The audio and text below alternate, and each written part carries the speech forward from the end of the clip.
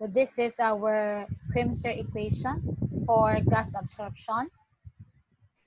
For stripping, our Krimser equation would be like this. So instead of having the absorption factor here, we have already the stripping factor, which is just the reciprocal of the absorption factor. So your 1 over A here is actually the stripping factor. Okay, now what happens if you could see here that you have the M? You have the M here. This is the slope of the equilibrium line. What happens if your equilibrium line is not a line, but rather it's curved? Or what happens if your operating line in itself is not a, shall I say, it's not a straight line? You cannot actually assume that your operating line is really a line. You have to solve for the absorption factors at the two portions of the column, the bottom portion and the top portion of the column. That way you can determine whether you really have a line. Now, what do I mean by this? So let's go back to this particular part of the slide. So if the equilibrium line is curved, your M and your A will be expected to vary. So M and A will vary because it's not a line.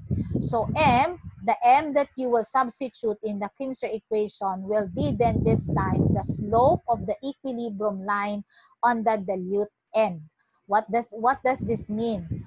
Now, if you have already drawn your operating line in the same graph that has your equilibrium curve, the dilute end of your equilibrium curve is the dilute end of your operating line. Now, that might be confusing. The dilute end of your equilibrium curve is also the dilute end of your operating line. Then the question is, where is the dilute end of your operating line so that you can get the slope of your equilibrium curve on the dilute end? So I'd like to go back to our illustration a while ago. So this time, your process will not be purely analytical because you need to go back to the curve. And that's the time that there's a need for you to, shall I say, plot on the same graph which has your equilibrium curve, your operating line. What you do, you plot the point that uses x2 and y2, and you plot the point which uses the x1 and the y1. These two are actually mole fractions of the bottom or at the bottom of the tower. This one is for the mole fractions on top of the tower. The dilute end is the end wherein the concentrations in terms of A are less. You could see that this is lesser than this, and this Y2 is lesser than Y1. So the dilute end for your gas absorption process is the top of the tower. That's your dilute end. So how do you get the slope of the equilibrium curve on the dilute end of the tower? What you do, you're going to project this point here. So you're going to move it horizontally until you reach the curve here. And then you draw a tangential line. You draw a tangential line on this particular point that you have projected from x to y2 here on your curve. You draw a tangential line to the curve passing through that point. Whatever is the slope of that tangential line, that would be the slope of your equilibrium curve at the dilute end. It is based on the dilute end of your operating line. The same principle applies for stripping. So for stripping, if you plot x1, y1 pair against x2, y2 pair, this will be your line. It will be located below your equilibrium line or curve. Naturally, this one will be the dilute end because your x1 here is lesser than x2. Your y1 is lesser than y2. So this is your dilute end. For stripping, the dilute end is the bottom of the tower. It's the opposite for that in gas absorption. How do you find then the slope of the equilibrium curve on the dilute end of the tower? The same thing. You project this point here, and then you draw a tangential line on the curve at this particular projected point. Whatever is the slope of that line, that would be the slope of your equilibrium curve at the dilute end. I think I need not tell you how you should determine the slope of a line. You randomly select 2 points in the line and substitute it on the equation for slope. Y2 minus Y1 over X2 minus X1. With that, you can now have, let's go back to this formula. You can now have the M that you will substitute where? The M that you will substitute in Crimsher's equation. This M here. We won't have a problem with this M if our equilibrium curve is not curved. It's a line. And most of the time, if it's a line, the relationship between X and Y is stated in the problem. If it's not stated in the problem, then we cannot assume that it's really a straight line. So it depends on the system that is given you. Now, as for the gas absorption factor class, you don't, as I've said a while ago, you don't assume that your operating line is also straight. Although the way it's drawn in the diagrams, it's straight just for illustration purposes. Most of the time, our operating lines are not straight. Then what would then be the absorption factor that you're going to substitute here? Knowing that, based on the formula, the original formula here, your gas absorption factor is the ratio of L over MV. This L and V is the slope of your operating line. If your operating line is not aligned, this will change. So then you will have a different gas absorption factor at the bottom of the tower and on top of the tower. So it will be different. So what would you do? You get the gas absorption factor at the bottom of the tower. You label it as A1. And you get the gas absorption factor at the top of the tower. You label it as A2. Then you get the geometric mean of the two. So A1 or A sub n for the case of the other representation. So it could be A1AN or A1A2, depending on the representation that you are using. So now you will get the geometric mean. How do you get the AN and the A1? This is it. You just use the pair of the liquid and vapor phases. In this case, this will be at the bottom of the tower. This is gas absorption, and this one at the top of the tower.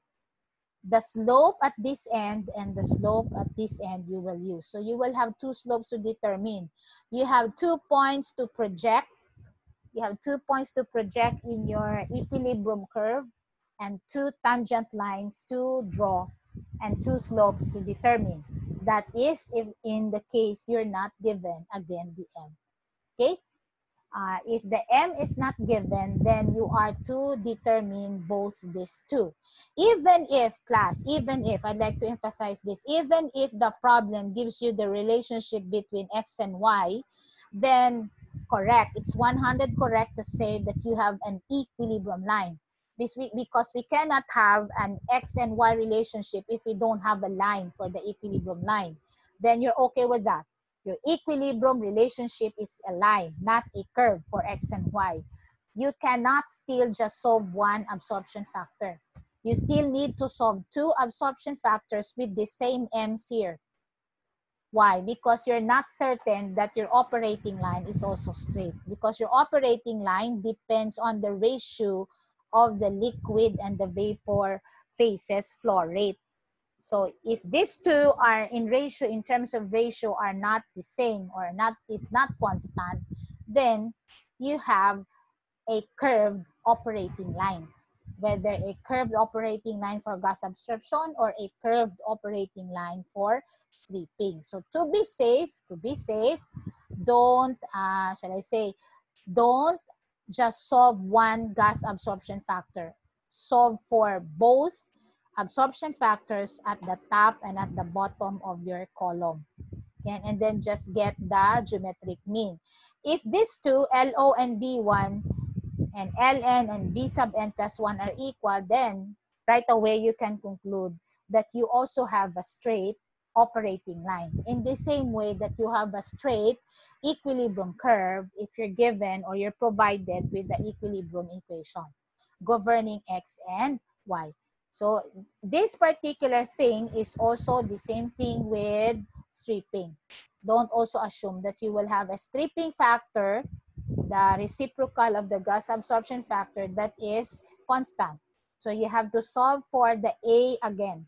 You have to solve for the A at the column top and bottom, and then get the geometric mean. If the gas absorption factor is equal to 1, this complicated equation, again, just like in gas absorption, simplifies to this form. Okay, I have placed your equations. These are equations in your handbook where these two could be found. The Crimsor equation, that is. Hi. Now, so we have this problem number 7 that will not only this time determine the amounts of the streams if they're not complete, because the amount of the streams have to be complete, all 4 that is, if you intend to determine the number of stages. You cannot determine the number of stages if the streams are not complete in value. So this is an example of a problem where we can apply Crimsor equation. So this is a gas absorption problem now, which requires or has an objective of recovering or absorbing 90% of acetone in a gas, which contains only 1 mole percent acetone. So our gas mixture is acetone in air. And take note, we are to recover 90% of this 1%. So our tower is operating in counter-current manner. The total inlet gas flow rate is 30.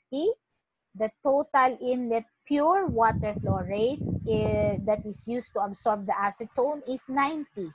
So in this case, your solvent is pure. It doesn't contain any acetone or any other component for that matter. Now, your gas is only 30, your water is 90.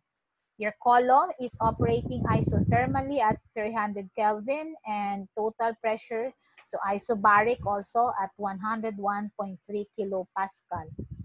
Now, hallelujah, the equilibrium relationship for acetone in the gas and liquid water is 2.53 XA being equal to YA. Whenever you see this, you should be very happy because you're not going to have anything to do with the equilibrium curve or equilibrium relationship that you need to plot.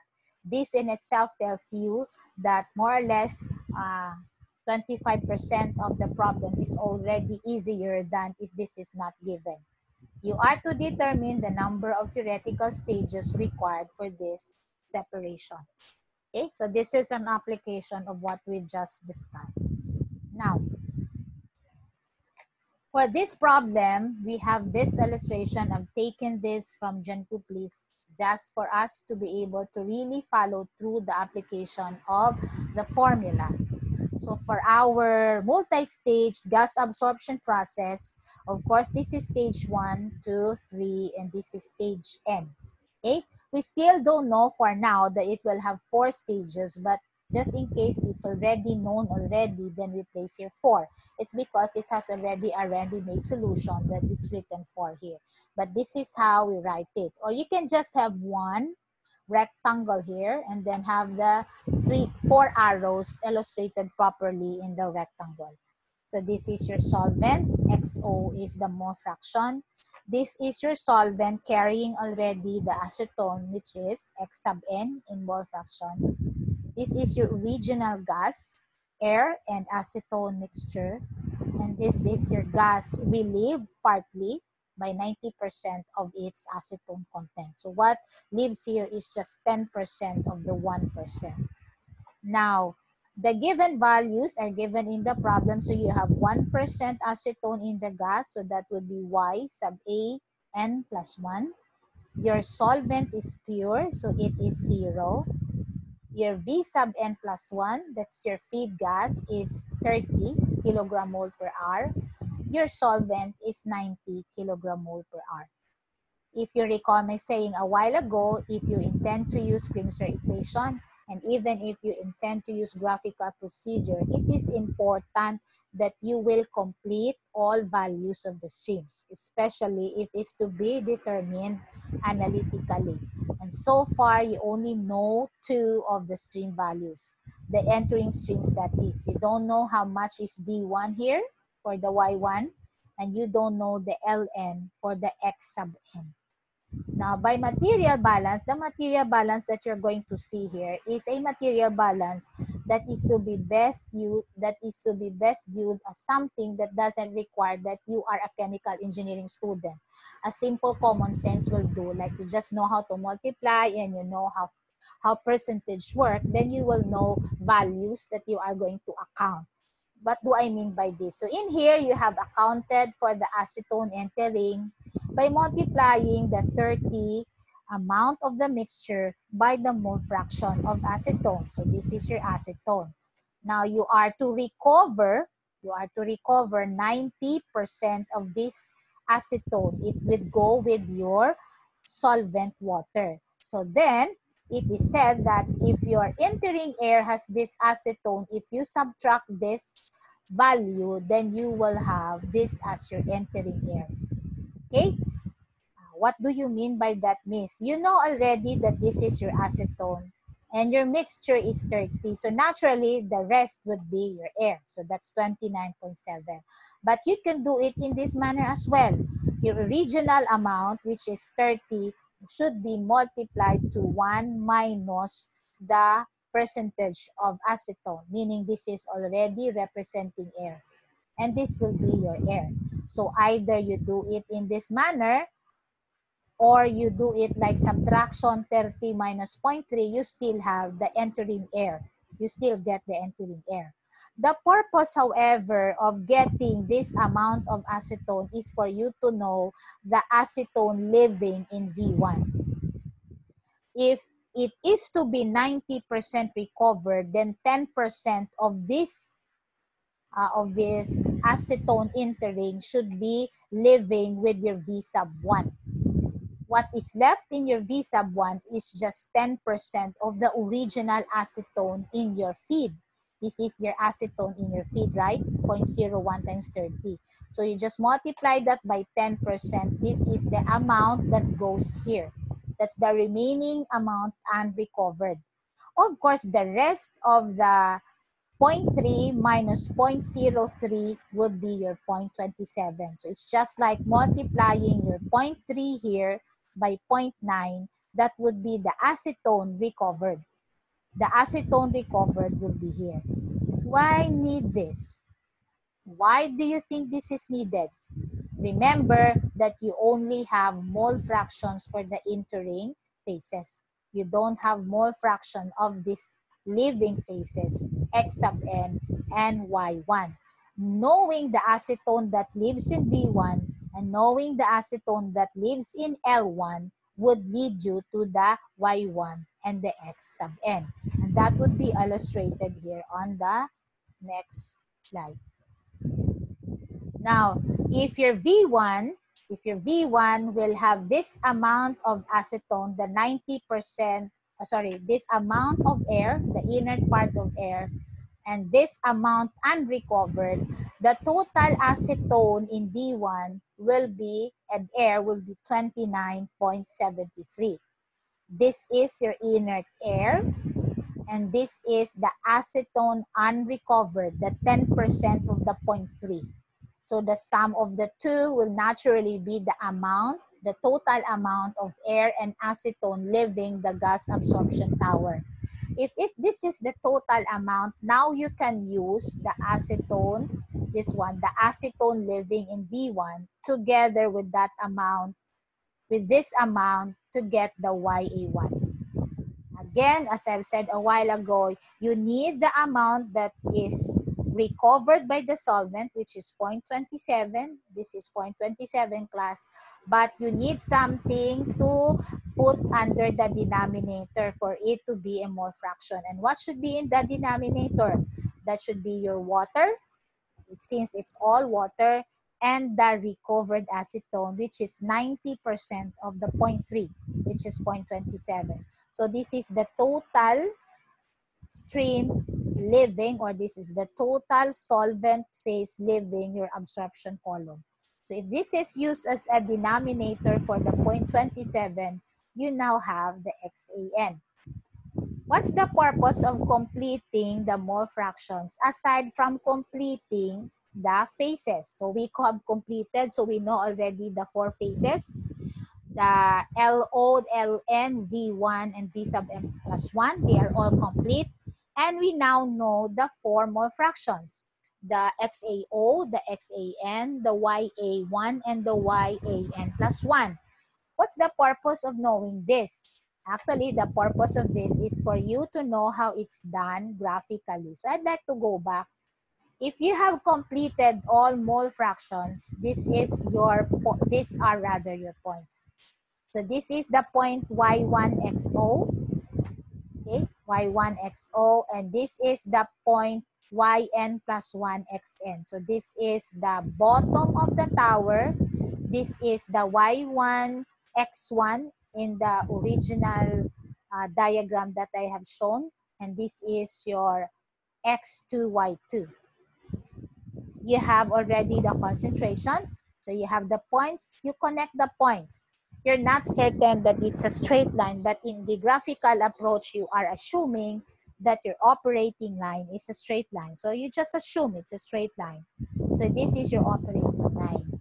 How did you do this? How was this drawn? You recall that the problem gave you the relationship between X and Y. So then your equilibrium line is really a line of slope 2.53. I think you know fully well your analytic geometry. Given the slope of a line, you can randomly have a point and connect it with another point and you will have a line. So this is that line, a line of slope 2.53. So what you do, you step off. Okay, you can start on top or you can stop here at the bottom. It depends on where your convenience is. So if you start here, one step, this is one step, another step, another step, and another step. So each of these steps is your theoretical number of stage. That is why in here in the illustration, it's already written as 4 because graphically, it was approximated to require 4 equilibrium stages. This is how it's done graphically. But the purpose of this is not really for you to really focus on graphical, but it really aids in the understanding of the process, the graphical approach. It cannot be totally not discussed, so the student can have a clear picture of what's really happening. You will this time use Krimscher equation. So that was graphical. What about Krimscher equation? So in here you have 1, 2, 3, 4, 4 point something. Okay? If you do it like this, you will have 4 point something. 1, 2, 3, 4. This is actually 5. That is if you do it graphically for, I think, for a different problem. The graphical approach. How will you do it using Krimscher's equation? Wait, class. Where's my Krimscher equation? This is how you do it using Krimscher equation. Remember, if the Krimscher equation is n equal to the ln or the log of, so you have y's here and you have xo and m here based on the formula, and you have gas absorption factor. For you to have a clearer view, I'd like to go back to that part, which is the Krimscher equation for gas absorption. This one. Okay, you have yn plus 1, y1, mxo, mxo. In our case, our solvent is pure, so the second term is 0. So you will simply have the mole fraction for the gas entering the column divided by the mole fraction of the gas leaving the column. It should be multiplied to these expressions, which has the appearance of the gas absorption factor. So the key here is to determine the gas absorption factors of the bottom and on top of the column and check whether they're really equal.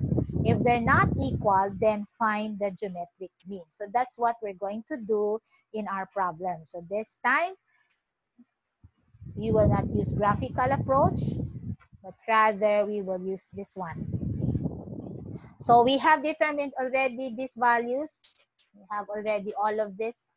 So all you have to do is determine the gas absorption factor at the, this one is on top of the column. A1 is on top of the column based on the representation LO over